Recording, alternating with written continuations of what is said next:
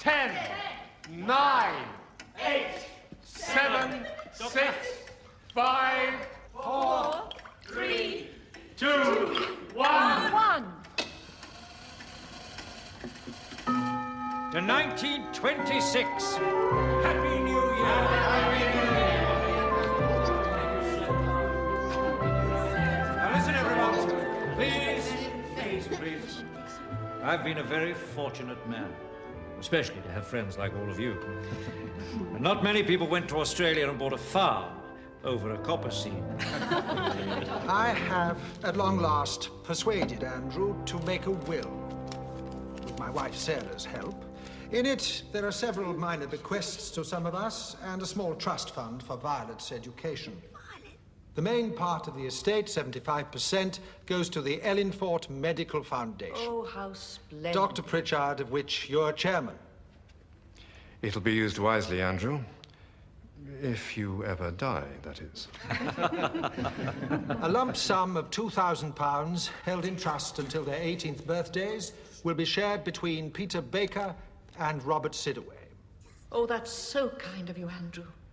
I think you know how fond I am of your son. And there'll be men soon with all the responsibility that entails. And I'd like them to have a secure future. What about Violet? What about Violet? Well, she is your ward, Andrew. You dote on her, but you've left her nothing. Sarah, shh. Yes, but she'll marry someone like Robert or Peter. She's a woman, for heaven's sake. My God, Andrew. You had to stop yourself saying only a woman.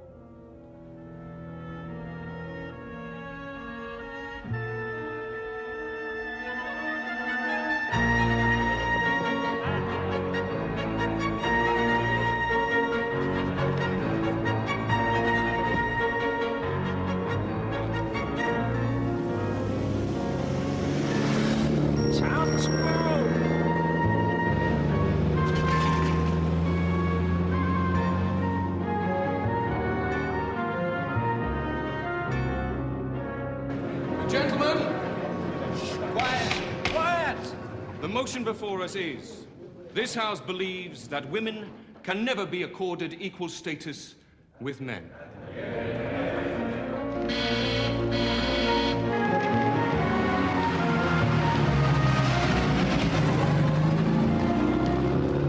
I call upon Mr. Andrew Marsh, a former president of the Union, to propose the motion.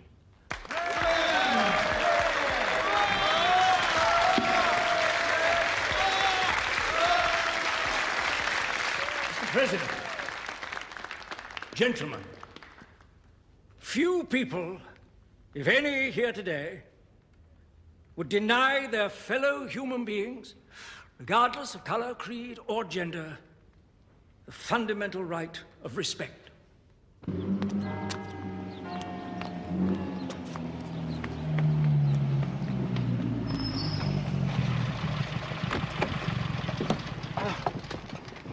Monsieur Poirot, it's lovely to see you again, but we did say 7 o'clock. My dear Mademoiselle Violet, you must forgive me. You must blame the 2-inch nail who punctured us at Bulldog.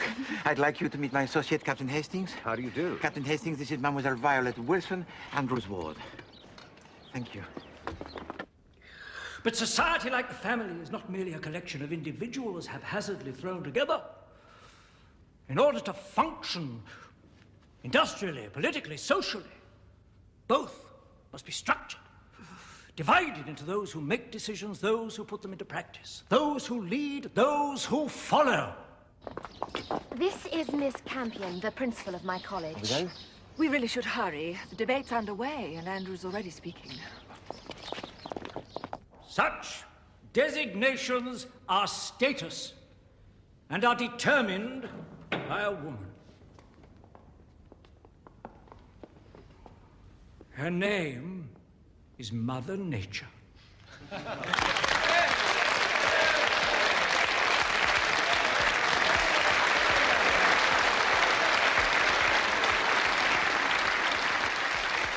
Gentlemen, I now call upon Mr. Robert Sidaway to oppose the motion.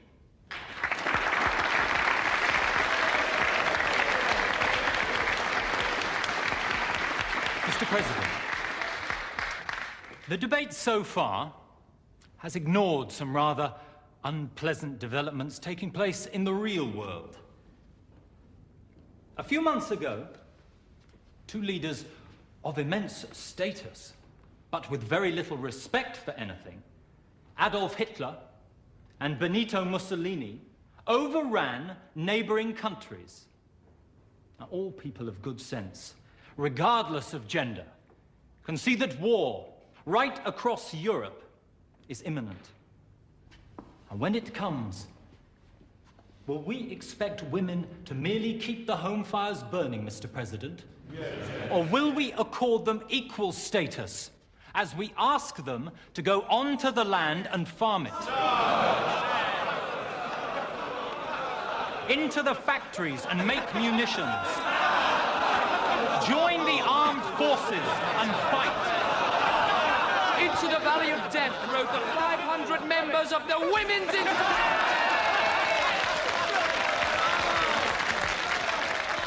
If you'll let us work and die for our country, why won't you let us join the union? Or, God forbid, let us speak in a debate. Silence!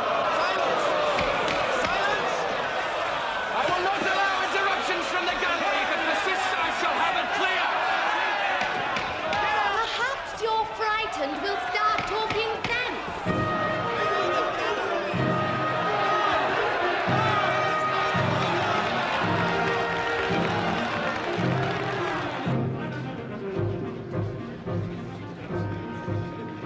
Never mind the outcome, Bobby.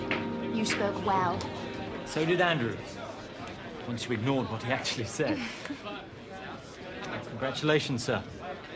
A worthy victory. Pity the press won't cover the debate, Robert. I can see tomorrow's headlines now. New woman heckles hecklers at Cambridge Union. Bوارو, how are you? Andrew, my dear friend, I missed your speech. Please forgive me. Oh, but you've heard the gist of it many times before. Starting back as far as the Cavendish Clinic. Oh, mon Dieu. In such adversity are born the lasting friendships, n'est-ce pas? We were there, Hastings, for the mutual pulling of the wisdom teeth, huh? It was not a pretty sight.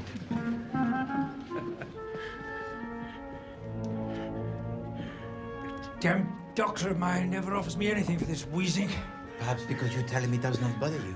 Blasty man can see it now, surely. Uncle Andrew's had a wonky heart for years. It leaves him short of breath, though not of voice. This room is a place most industrious. Do you not agree, Hastings? Certainly is. I run a magazine, monsieur, called New Prospects. I'm hoping to expand it once I graduate. Merci. Do you have any money? Oh, Violet. If you won't invest, Uncle Andrew, I understand that. But somebody will. Have you tried one of the banks, Mademoiselle Violet? Were I a man, they would give me a loan tomorrow. Well, I told you the reason for that. Women in business are just begging to be taken advantage of.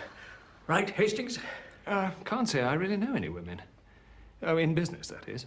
Point proved. Motion carried. 3 against 1, eh, Poirot? No, mon ami. 2 against 2.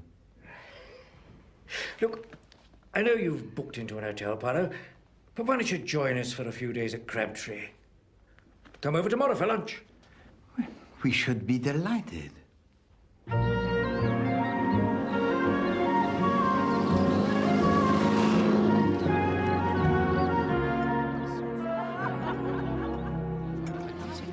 You will permit me, Mademoiselle Campion. Thank you.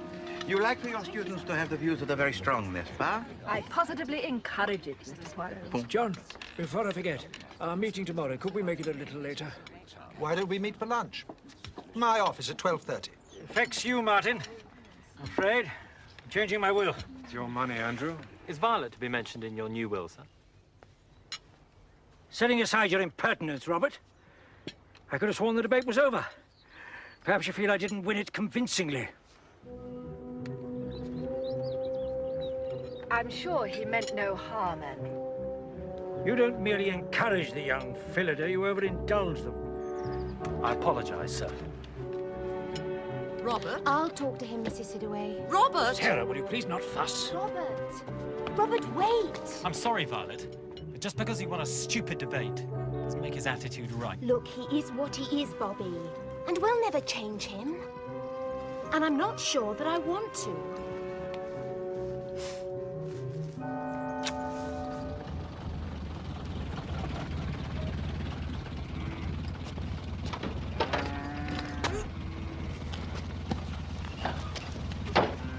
You did tell your dad to leave a sack of sweet potatoes up by your front drive, right? Yeah, thanks for the lift.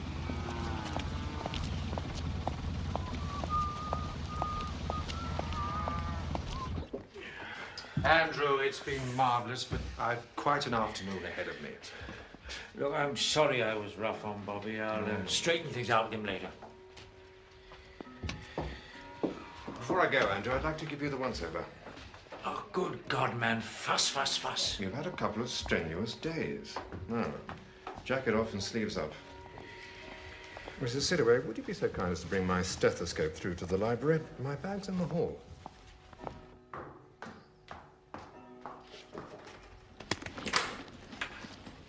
Afternoon, Mrs. Sidaway. Peter, what are you doing home? Fortnight's leave, then we're off to Palestine. There's no one at the cottage, and Dad's on duty. I don't suppose Mother's... Yes, your mother's in the kitchen. Why don't you go and find her? Mother!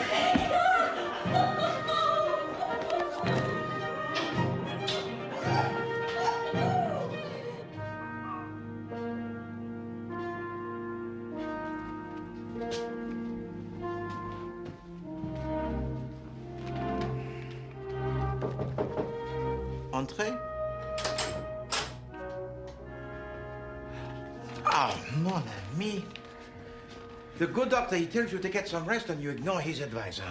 You do not change. Oh, I've changed all right, Poirot. You'll think me an old hypocrite, I'm afraid. Saying one thing, doing another. I should not dream of such a thing, mon ami. Please to sit. Even though, after all the things I've said about my health over the years, never taking anyone's advice, well... my specialist tells me Oh, damn it, I'm not afraid of it. I'm just afraid of upsetting others. He tells you that your life draws to its close? Diable. You know, 10 years ago, I made a will. I have, at long last, persuaded Andrew to make a will. In it, I left several small bequests. In it? £250 to my lawyer, John Sidaway, and his wife, Sarah. To Miss Campion? Philida Campion received £500, which she immediately pledged to her college for improvements. My housekeeper, Margaret Baker, and her husband, Walter, the local police sergeant, were already provided for by an earlier endowment. Their son, Peter Baker, and young Robert Sidaway were left £1,000 each to give them a start in life. Ellen Fort.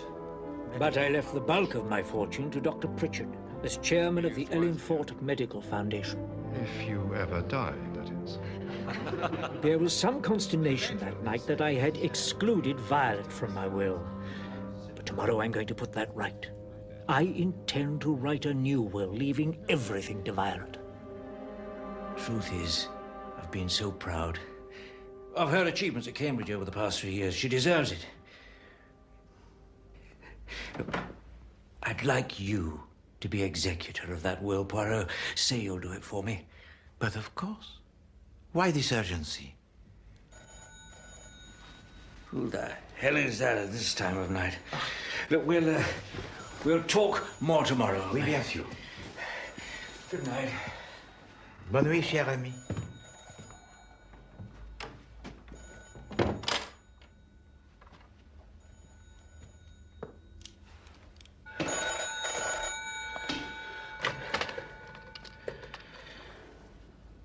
Hello?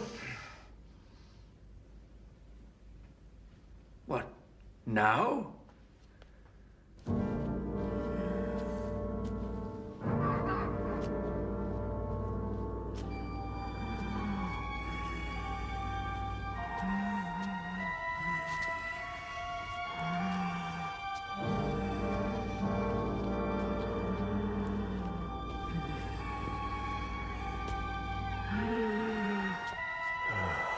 Couldn't this have waited?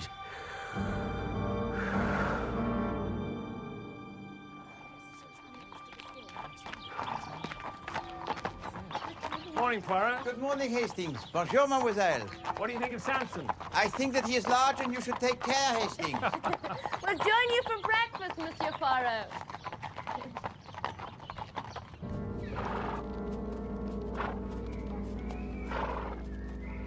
What a charming folly. Andrew restored it about 15 years ago. Comes here to think. Race your back. Come on. Wait a minute, Violet.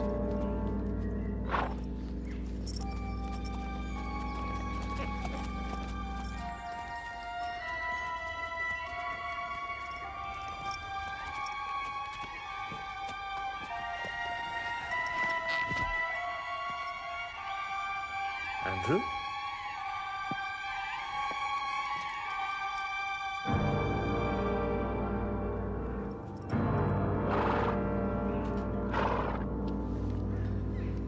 Violet, go back to the house and get Sergeant Baker. And Poirot, too.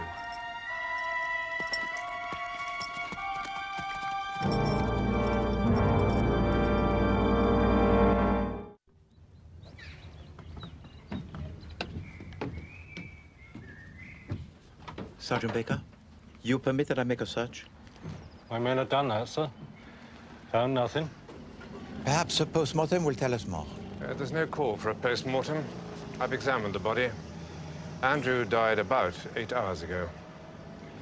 I'll give you the death certificate.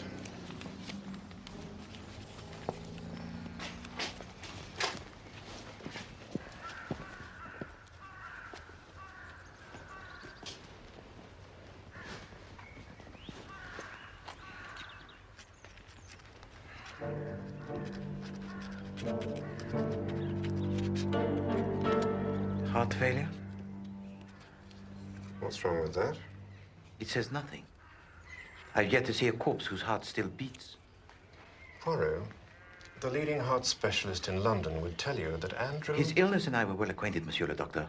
It's a bit odd to be walking around here in the middle of the night, though, don't you think? He often had a late stroll, Captain. Helped him to sleep. There you are, Walter.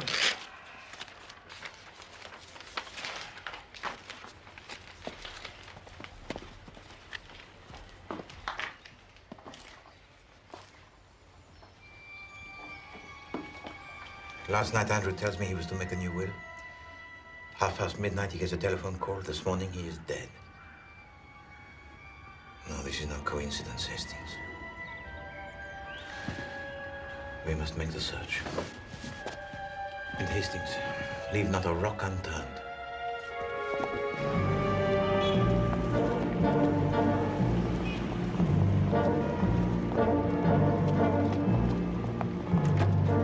As you know, Monsieur Poirot, it's not usual to read a will before the funeral. But in this case, I've made an exception, hoping to dispel your fears concerning Andrew's death. Thank you.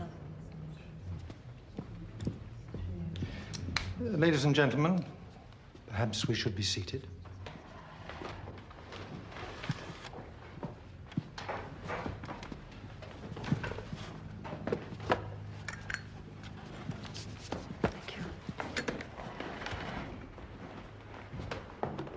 It wasn't a complicated will, Mr. Poirot. We were all present at the witnessing 10 years ago now. The will, Monsieur Cédouet?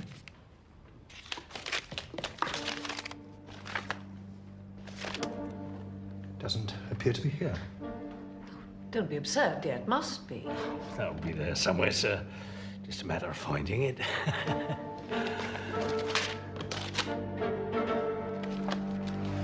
Mesdames et messieurs, Andrew Marsh was a good friend to all of us here in this room, and yet it seems that you wish his death to pass unquestioned. Not all of us, Mr. Poirot. And now we have the disappearing will, and still you do nothing, Sergeant. With respect, Poirot, I think you're reading too much into it. Indeed.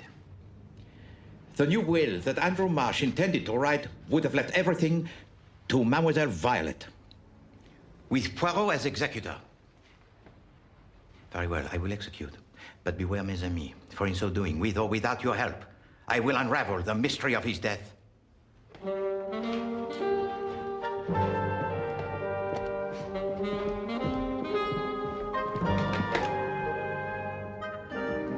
This is intolerable, Hastings.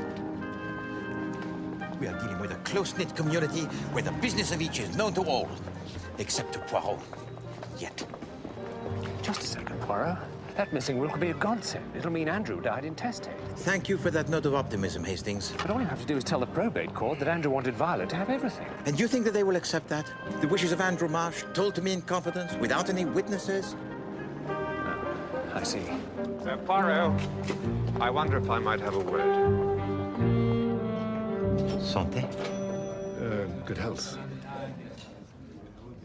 I want you to know that I am the major beneficiary of Andrew's missing will, as chairman of the Ellenford Foundation, in case you get the wrong end of the stick. I have no stick by either end, Monsieur le Docteur. Yes, but you might reasonably think that 75% of the Marsh estate is worth killing for. And Andrew was going to make a new will, he said. But you would not have stolen the old will, since it favored you? Andrew told you he wanted Violet to have everything, you said. Did he mention nobody else? No. Why is it that you ask? Because for a long time now, I've believed that Andrew had a son. Belief, Monsieur le Docteur, is good, but it is not good enough. Andrew, John, and myself, we met at Crabtree one night. Must have been 2 years ago now. Sarah was away, and Robert had just been accepted at Cambridge. His father was full of it, bursting with pride. To Robert. To Robert. To Robert. Robert. Thank you. Very happy for you, John. Oh. Forgive me, both of you. I rattle on as if you fellows had sons to be proud of as well. What makes you think I don't understand your pride perfectly? You may be my solicitor, John, but you don't know everything about me. Does he, Maggie? Andrew Marsh was always very fond of Margaret Baker. Maybe Peter is Andrew's son. I see. Doctor, I thank you. I have been stumbling around in the darkened room, and now you have switched on the light. You see how things go, Hastings? I believe that he was killed for his fortune, but the question still remains. Who would lay claim to it once he had died? Well, there's that son that Pritchard talks about. But then we only have his word that he exists. We find the son, mon ami. We also find the murderer. Soon we may have the word of Madame Margaret Baker. You can't ask a woman a question like that, Poirot. Not only can I, Hastings, I must. Met him in Australia, sir.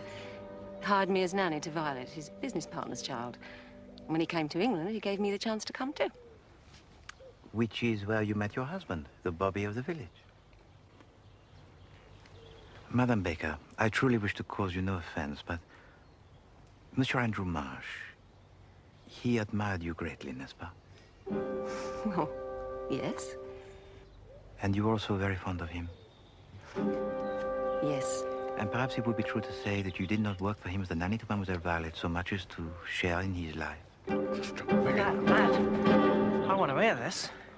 You're saying I might have a claim to his fortune, aren't you, Mr. Poirot? Be quiet. Dad, you always said Andrew had an eye for the ladies. Yes, well, in my case, he admired from afar. After we came back from Australia, Mr. Andrew was sent to fight in France. You were conceived while he was away. By the time Andrew got leave, Peter was 3 months old. So you worked as the nanny to Mademoiselle Violet while Monsieur Andrew, he was absent? Yes. Well, his other friends pulled their weight, of course. But Miss Campion's not much good with small children. Nor Mrs. Sidaway come to that, in spite of being a children's nurse. Ah. Thank you, madame. You've got some gall to go casting aspersions like that, Poirot. I have the gall, Sergeant Baker, because a man has been murdered and you refuse to investigate. Very well. The time has now come for me to go above your head.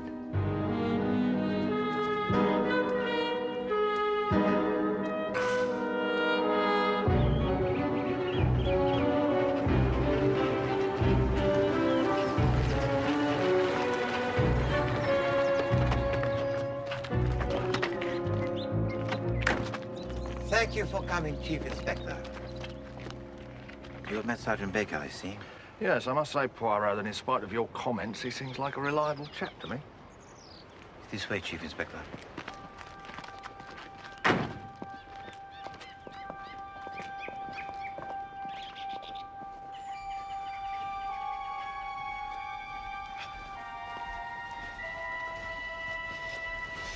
Monsieur Marsh was discovered here, Chief Inspector.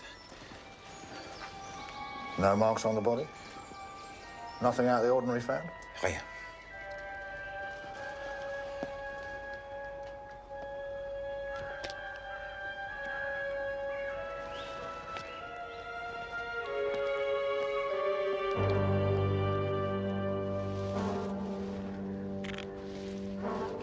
What's this, then, if it isn't out of the ordinary?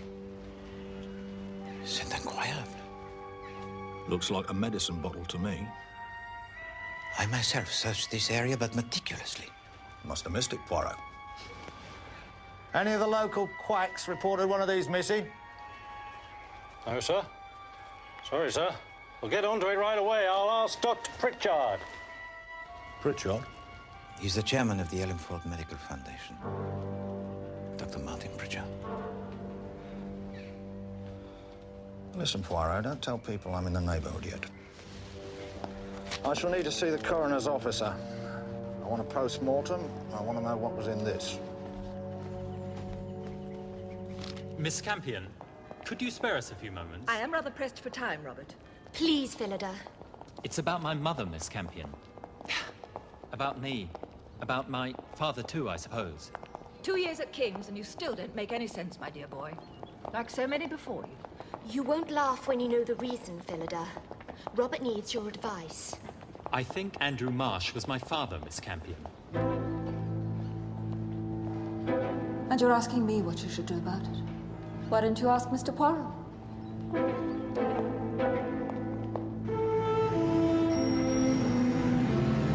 But Robert, why didn't you mention this before today? My mother only told me about it last night. Took some guts on her part. It doesn't seem to have upset you unduly, Robert. Well, after some thought, what difference does it make? Eh bien, Monsieur Robert, I will tell you the difference. In the will that is missing, you inherit a small fortune. If you can prove you are his son, you will inherit a vast one.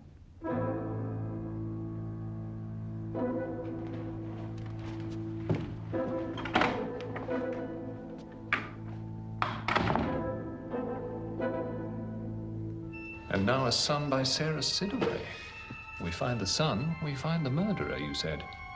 Yes, indeed, Hastings. But it would be unseemly to unmask him the day before the funeral of Andrew Marsh.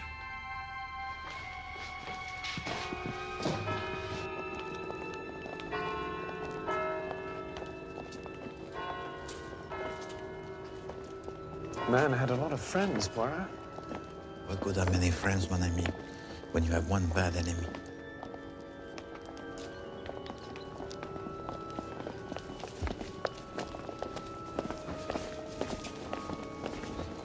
Dr. Pritchard?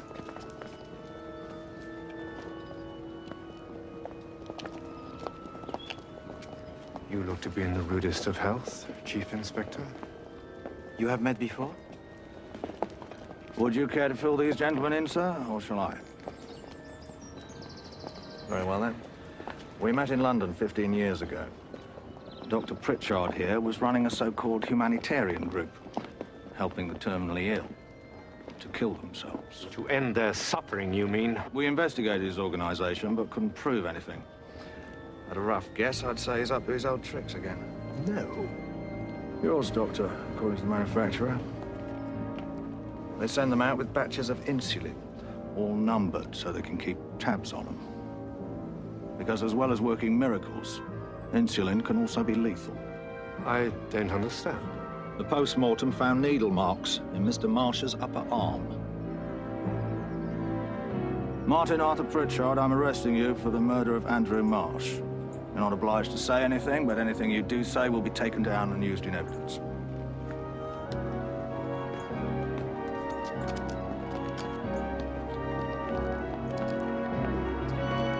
All things come to he who waits, Poirot.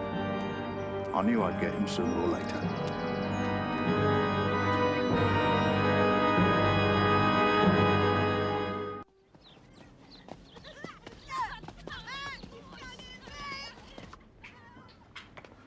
Just because the solution to a crime is simple, Poirot, doesn't mean to say it's wrong. Pritchard killed Andrew Marsh. End of story. But why would he steal a will that favored him? No, Chief Inspector. Still, it has not been found, nor, I believe, will it ever be. Did you question other suspects? Did Sergeant Baker? Of course we didn't, because there weren't any. Robert Sidway and Violet Wilson. Monsieur Poirot is expecting us. What about that telephone call, Chief Inspector? The one that Andrew received had gone midnight. Pritchard, of course. Honestly, you two, when you're backed into a corner... Miss Wilson and Mr. Sidway. Monsieur Poirot, we thought you should be the first to know. We're going to America. Robert's going to forego his last year at King's, and there's a berth on the Queen Mary leaving on Tuesday. Mademoiselle Violet, Monsieur Robert, please to sit.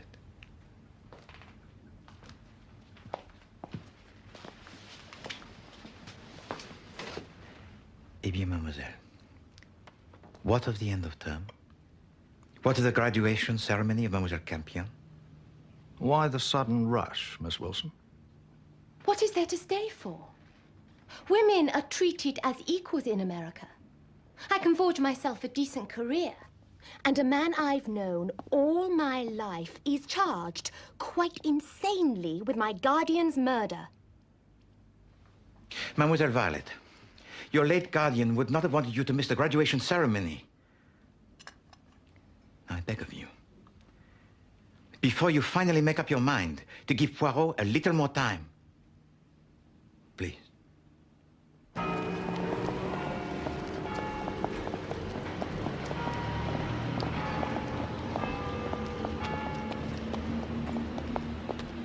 It's all very well you saying probate's a lengthy business, John. But Robert and Violet are planning to leave the country. Do you want that? No, of course I don't. Is it that difficult to prove you're someone's heir? I mean, what does it involve? Surprisingly little. You swear an oath that you are who you say you are. Don't you need a birth certificate or something? No? Would you apologize to Sarah for me? She's invited me to dinner on Saturday, but I'm going to London. I'll tell Sarah. Theatre? Concert? No. To see Hercule Poirot, as a matter of fact. I need his advice on something.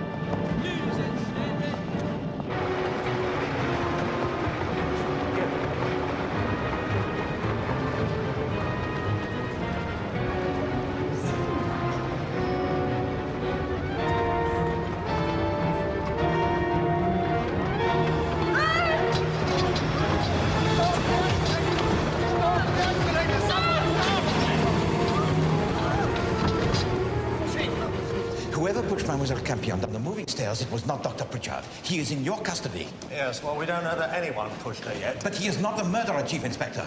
The murderer is still at large. Well, we obviously got her here pretty quickly. At least we know she survived. Inez? Please. I shall need to speak to Miss Campion as soon as possible. Well, you can't. She's concussed. Very nasty fall, gentlemen. Legs broken in 2 places. She will recover soon. I think you'll find Mrs. Campion's made of pretty strong stuff. She's a miss, Doctor. Miss Campion. You called her Mrs. You, know her well? Well... No, but we know she's not married. Tell me, Doctor, did you call her Mrs. out of habit or a slip of the tongue? Look, I'm sorry, I didn't mean to speak out of turn, but... If there's something you know, Doctor, it's your duty to tell us. Miss Campion has had a baby at some time in her life. By caesarean section, no less.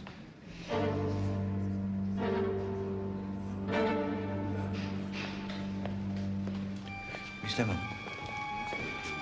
I have a task for you.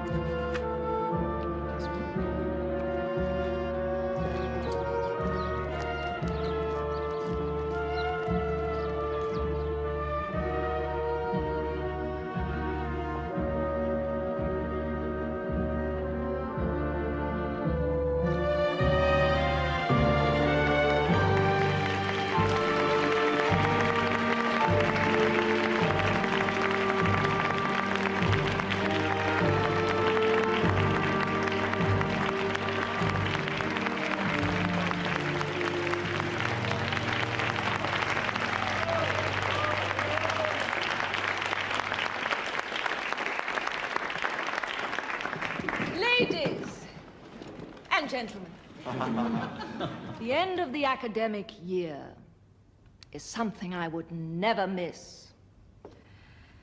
Although this time it was a close-run thing. As you know, this is always an informal occasion, because while the university here at Cambridge acknowledges the hard work of its male students, it doesn't yet see fit to hold a degree ceremony for women. So I hold my own. Bravo! And as you take your places in society, I hope that 3 years here will have proved you more than worthy of them.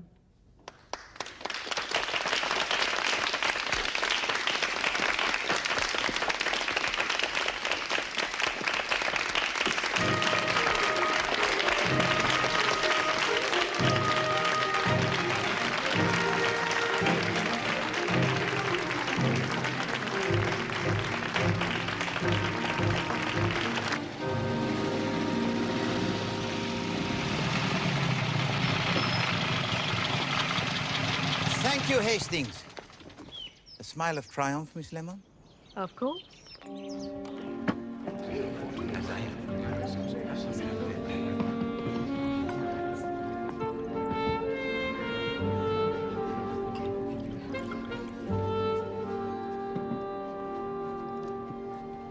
Mesdames et messieurs, to begin, I think it is fitting that we should make a toast to our dear late friend, Monsieur Andrew Marsh.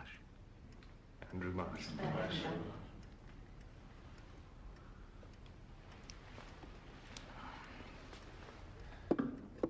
Today would have given him much pleasure, n'est-ce pas? And how proud he would have been of you, Mademoiselle Violet.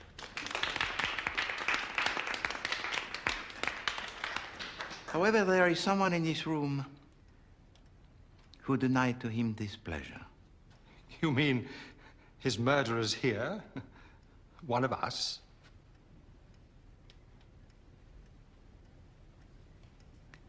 On the night that he died, Monsieur Andrew Marsh asked me to be the executor of a new will he would make. I believe that he was killed for that fortune, and that the old will was stolen and destroyed so that he would die intestate. So my duty, you see, it has been twofold. First, to find the murderer, and then before this ruthless murderer could lay claim to it, to deliver his estate to Mademoiselle Violet according to his wishes. However, this murderer, he was at work even as my dear friend Andrew told to me his news most tragic. My specialist tells me oh, damn it, I'm not afraid of it. I'm just afraid of upsetting others. What the hell is that at this time of night? Hello? What? Now? And thus the murderer lured him from the house. Couldn't this have waited to rendezvous with the folly.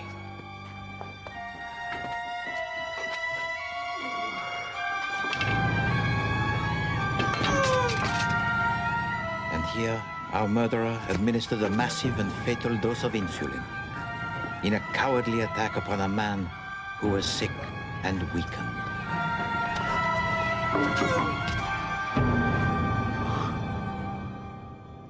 Et voilà.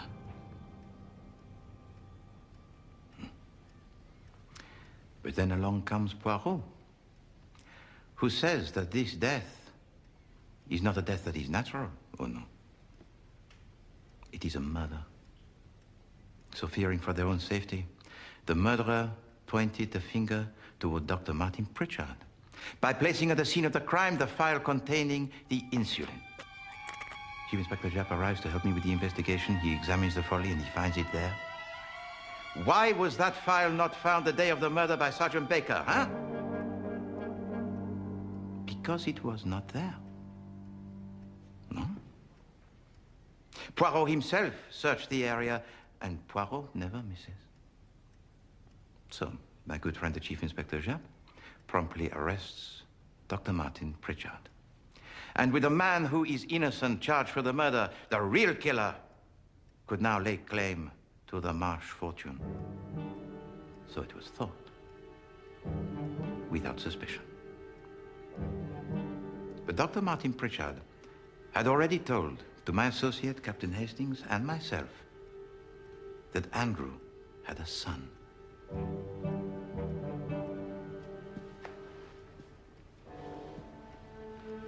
Peter, perhaps? That doesn't mean say I'd kill him for it. Or you, Robert. Now, your claim had to it more substance, n'est-ce pas? Because you believed that Andrew Marsh and your mother were lovers. Robert was with me the night of Andrew's death, Monsieur Poirot. Violet, don't. Was the arm that pushed Mademoiselle Campion down the moving stairs yours, Peter? Yours, Robert?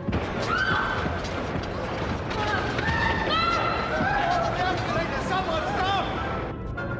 Were you afraid of what she might say to me? Theatre? Concert? No.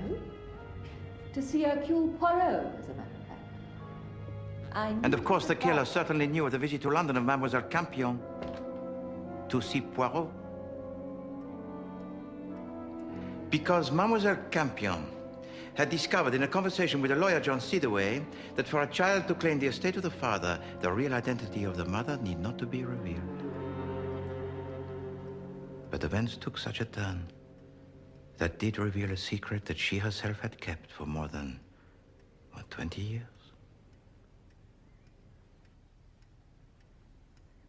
What Mr. Poirot means is that the doctor who treated me saw that I'd had a baby. When I was a student here.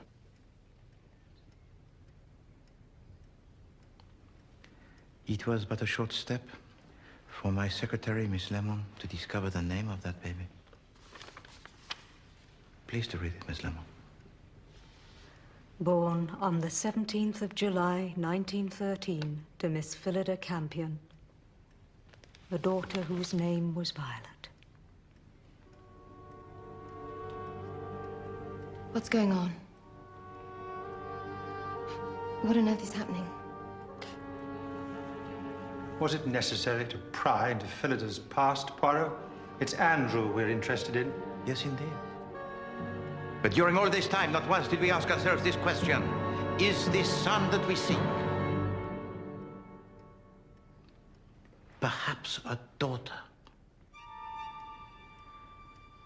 So Violet is Andrew Marsh's daughter? Yes.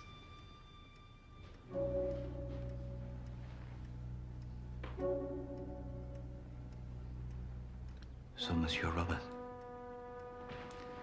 why did you kill the father to Mademoiselle Violet? I didn't. I say you did, Monsieur! Why? You know that she loves you. You know that she wants you to go to America with her. Why then? He's just told you he didn't!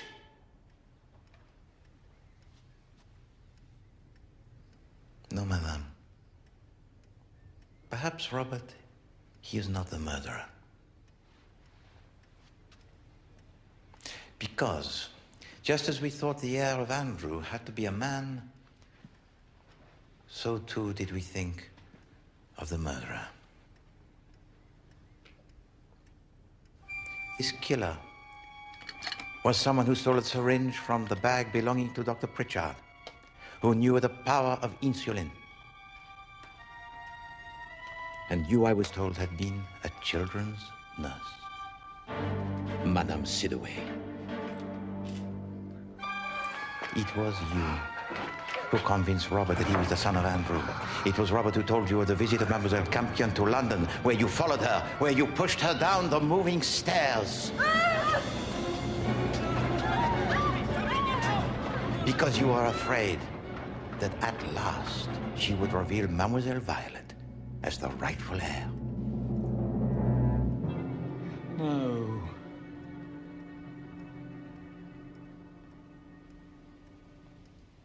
John, help me. There's nothing I can do, Sarah. How did you know about Violet? I had a friend who worked in the clinic. I met her years later. There was so little we had to give Robert. But he was mentioned in a will, madame. And why did you steal and destroy it? Because I wanted him to have everything. Why should it all go to Violet? Because Andrew Marsh wished it. As proof that she was his daughter. And his equal.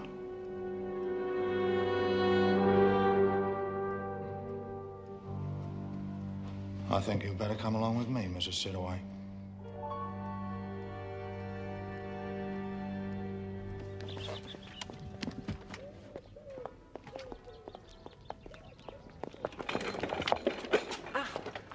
Mademoiselle Campion, Mademoiselle Violet.